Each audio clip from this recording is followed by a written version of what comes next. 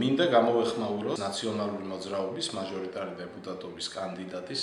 განცხადებას, რაც ბატონმა ვასილმა გააკეთა და თქვა, რომ მეოცნებების ოფისთან დაკავშირებით მე მინდა ბატონ ვასილს გავახსენო ერთი ფაქტი, რომ ის არის ხელისუფლებაში დაწყებული კომუნისტური პარტიის დროიდან დამთავრებული ნაციონალური მოძრაობით, ის იყო ყოველთვის ხელისუფლებაში კომუნისტების დროსაც,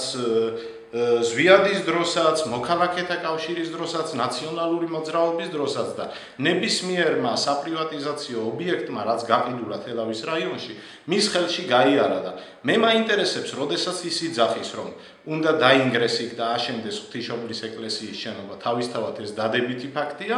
მაგრამ მე მაინტერესებს, რომ როდესაც გაიყიდა ეს შენობა, იყო თუ არა ბატონი ვასილი ხელისუფლებაში და თუ არ იყო ბატონი ვასილი ხელისუფლებაში, მაშინ დაგვისახელოს, ვინ იყო იმ პერიოდში თელავის მუნიციპალიტეტის გამგებელი და თელავის მუნიციპალიტეტის საკრებულოს თავმჯდომარე.